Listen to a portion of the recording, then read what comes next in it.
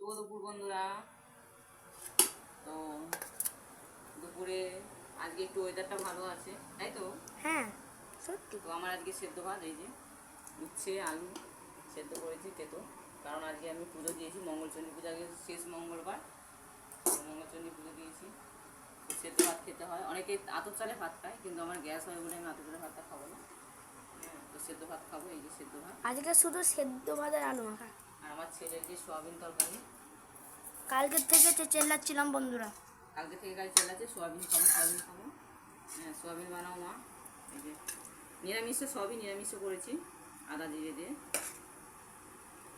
সোয়াবিনের ঝোল, সোয়াবিন খেতে খুব ভালোবাসে। ঢ্যাঁড়স খাবে না, সোয়াবিন খাবে, তাই তো? হ্যাঁ হ্যাঁ।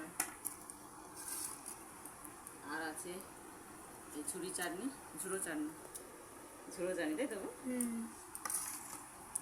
আর আছে এই যে দই, এই যে আমার ছেলের দই কেটে হাফটা খাওয়া হয়ে গেছে। এই যে দই, টেন টেন, তোমার তো এটা না তোমার আজকে বলছে আজকে আমাকে দেবে। আমি তো হাফটা খেয়ে নিলাম। তো আজকে আমাদের দেরিও হয়ে গেছে, কারণ পুজো দিতে গেছিলাম।